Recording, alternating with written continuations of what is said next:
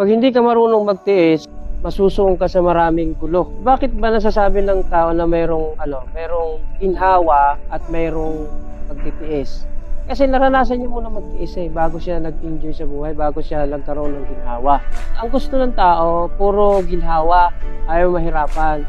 Mayroong value yung pagtitiis kasi doon mo ma-compare kung nag-i-enjoy ka na ba o nasa pagtitiis ka pa rin.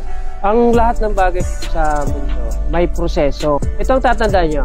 Pag maayos ang proseso mo, pag maganda ang proseso mo sa buhay, hindi mo maintindihan yung result Kasi automatic na maganda ang result nun Maliban kung ang prosesong ginawa mo pangit din ang kakalabasan. Ang mahirap sa tao kasi, laging nakatingin doon sa result, pero yung proseso na mahirap ayaw pagdaanan. Kaya nangyayari, dahil hindi nila nakukuha yung result na gusto nila, ayun, tatampo, nawawalan ng pagtitiis sa buhay. Ayaw magtiis, kaya pinuputol niya na yung kanyang pangarap, yung kanyang mga gustong mangyari sa buhay kasi hindi niya nakukuha yung gusto niyang mangyari.